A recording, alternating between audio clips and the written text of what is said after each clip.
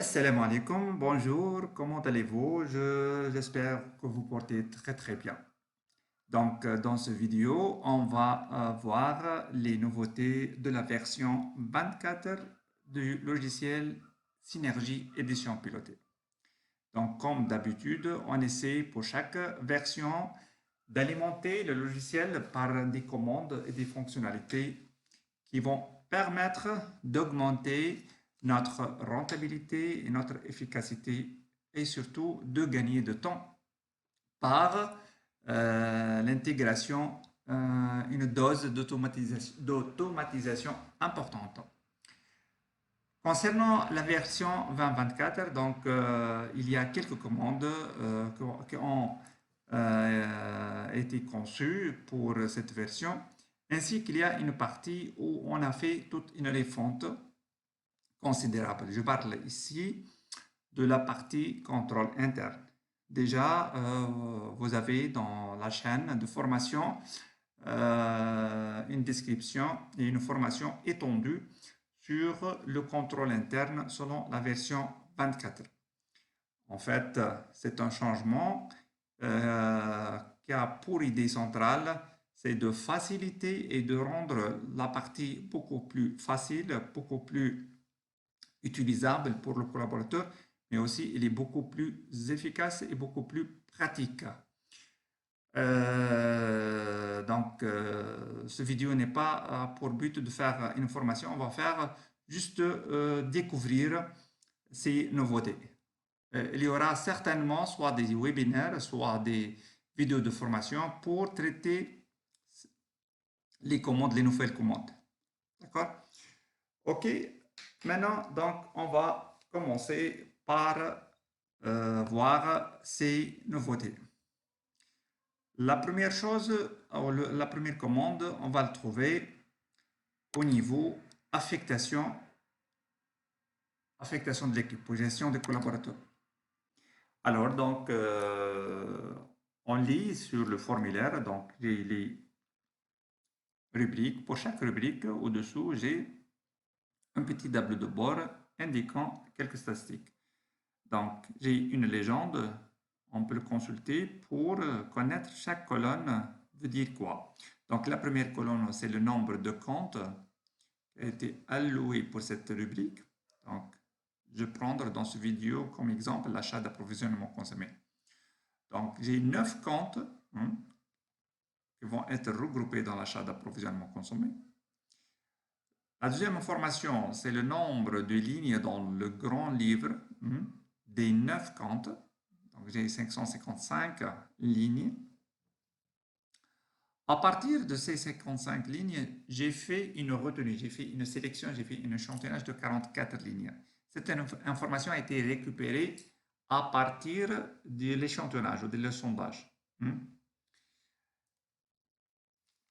Ensuite, au niveau de la partie aussi sondage, à la fin de la sélection, une information, je vais la mettre, c'est le nombre de minutes par vérification, c'est-à-dire combien de temps nécessaire pour vérifier une ligne, pour vérifier une information. En d'autres termes, si le collaborateur va faire la vérification par recoupement par facture. Donc, je vais dire ces 44 lignes vont être vérifiées à partir des factures. Chaque facture va consommer 2 minutes. Donc, j'ai donné une information de 2 minutes. Donc, le logiciel va faire la multiplication nombre de lignes fois les 2 minutes en tant que donnée, une constante que je l'ai donnée, pour me dire que cette section va nécessiter 88 minutes. Ça, c'est la logique générale. Donc, la logique générale pour chaque section, je vais donner une unité, le nombre de temps nécessaire pour vérifier ces mouvements. D'accord? Par rubrique. Il y a une rubrique où la vérification unitaire 2 minutes. Il y a d'autres, par exemple, nécessitent 15 minutes. Peu importe. D'accord? Bon. Une fois j'ai toutes les informations, donc je vais affecter section par section. Une fois j'affecte, Donc, Synergie va calculer le temps nécessaire par collaborateur et le temps nécessaire sur le dossier. Autre chose, on voit deux couleurs ici, le vert et le bleu. Le vert, ça veut dire une section a été affectée. Elle existe ici parmi les permissions. Bleu, il n'est pas encore affecté. Aussi, ça facilite énormément le chef de mission pour savoir y a-t-il des rubriques non affectées. D'accord? Enfin, donc, j'obtiens une information très importante, c'est le temps nécessaire pour clôturer ou pour terminer le travail sur le dossier. Donné au départ, il est en minutes, converti d'une façon automatique par jour, heure et minute. Voilà, donc cette commande, elle est très importante dans cette version 24 pour faciliter la tâche pour les chefs de mission et pour l'expert pour apprécier d'une manière très scientifique, d'une manière très objective, le temps nécessaire sur le dossier. Voilà. La deuxième commande qui a connu une modification dans la version 24, c'est le score sheet. Donc, au niveau score sheet, on a ajouté une case d'acceptation. L'idée, c'est que pour chaque écriture générée ou proposée par le collaborateur, elle va être validée avec le client pour connaître est-ce qu'elle va accepter ou non. Le choix va m'orienter par la suite pour prendre une décision dans l'établissement de rapport. On va voir ici, on va instaurer un genre d'arbre de décision pour savoir l'orientation de mon rapport. Est-ce que c'est un rapport sans réserve ou rapport avec réserve? Donc ici, on va rendre plus objectif le choix de type de rapport. Donc, je vais prendre un exemple. Par exemple, cette écriture n'a pas été acceptée par le client. C'est par défaut, le logiciel va mettre oui. Mais s'il n'est pas validé, donc je vais cocher non. Une fois je coche non, donc un pop-up, un petit formulaire, une petite fenêtre s'ouvre pour argumenter la cause de ne pas la cause du client pour ne pas accepter cette écriture. Par exemple, elle va me dire ne pas toucher le résultat car la déclaration est déjà faite. Exemple. D'accord? Donc c'est non. OK? Voilà. Après avoir fini toutes les écritures, j'ai un bouton ici de visualisation de l'ensemble des écritures. Donc, le collaborateur, le manager ou les signataires de rapport, elle va imprimer cet état centralisatrice des écritures avec les remarques et les suggestions du client. Donc, je vais ouvrir ça. Donc, liste commentée des écritures proposées. Je trouve ici n'a pas été actualisé le 3. Je m'excuse. Écriture numéro 3. Voilà. Donc, j'actualise. Voilà. J'imprime. Voilà. Donc, chaque écriture s'affiche ici avec toutes les informations, entre autres un voyant qui me dit est-ce que l'écriture est acceptée ou non. Donc, le couleur rouge, c'est elle n'est pas acceptée par le client. Si j'ai des écritures, elles vont apparaître avec couleur bleue. Par exemple, je vais changer une écriture comme étant acceptée. Exemple, ça, hein, d'accord? Donc, j'actualise. Je ferme l'ancienne, je réimprime. Voilà, vous voyez ça. D'accord? Donc, le couleur rouge veut dire qu'elle n'est pas acceptée par le client. Et devant, je trouve l'argumentation, la suggestion du client pourquoi elle n'a pas été acceptée. Et moi, donc, j'ai toutes les écritures sur le dossier entier. Je vais choisir par la suite le rapport. Donc, même le rapport ici avec la version 24, elle est maintenant directement qu'on peut le générer directement sur un fichier Word. D'accord? Ici, j'ai les modèles de rapport. Donc, lorsque je clique, j'ai le modèle que je peux modifier. Ça, c'est un modèle standard. Donc, c'est un rapport sans réserve. Si c'est bon, donc je peux le générer, l'exporter sur un fichier Word. D'accord? Avec bien sûr les détails qui sont automatiquement générés dans le rapport.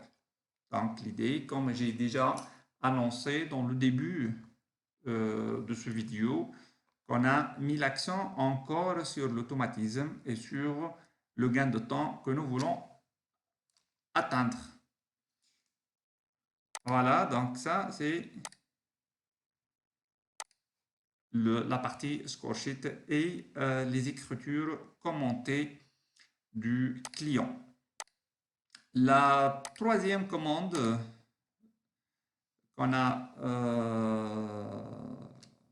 la troisième commande, c'est au niveau social, on ne trouve pas quelque chose. Ah voilà, au niveau les outils d'audit, exactement dans la partie IMO.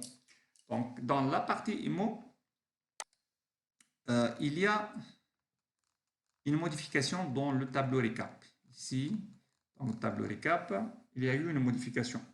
Qu'est-ce qu'on a apporté? Donc, on a ajouté deux colonnes, la partie acquisition et la partie cession.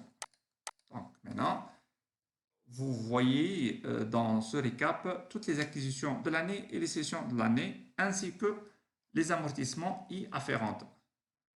Voilà, pour avoir plus de lisibilité dans l'information et plus d'exhaustivité d'information. Donc, dans l'ancien, la version 2023, il y a le récap ne contient pas comme information les acquisitions et les cessions. Elle me donne une information juste sur la situation 31-12.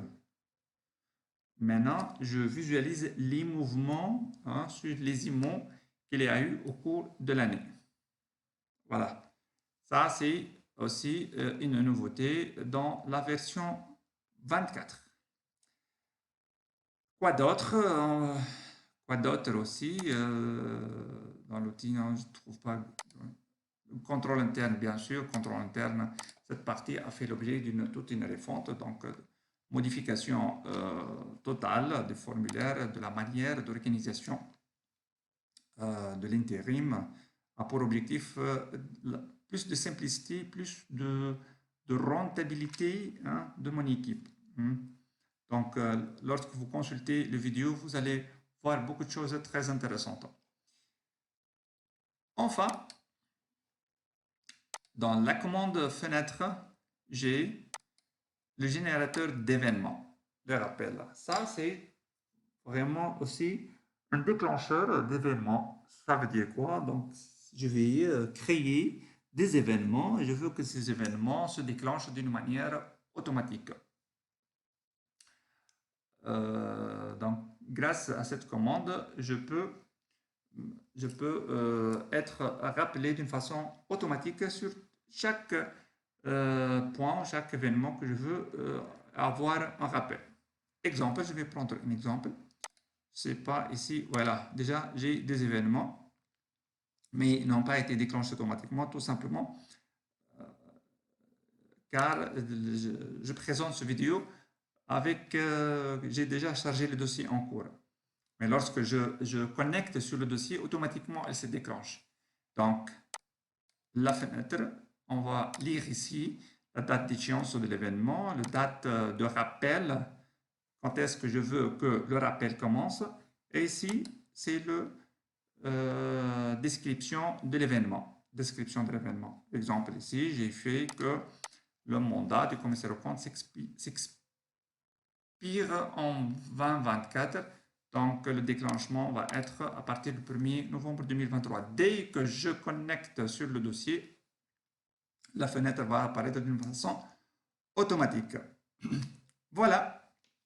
Donc, ici, un bref sur les nouveautés de la version 24 de Synergie Édition Pilotée. Donc, j'espère que ces fonctionnalités vont servir assez dans le travail. Je vous remercie et au revoir.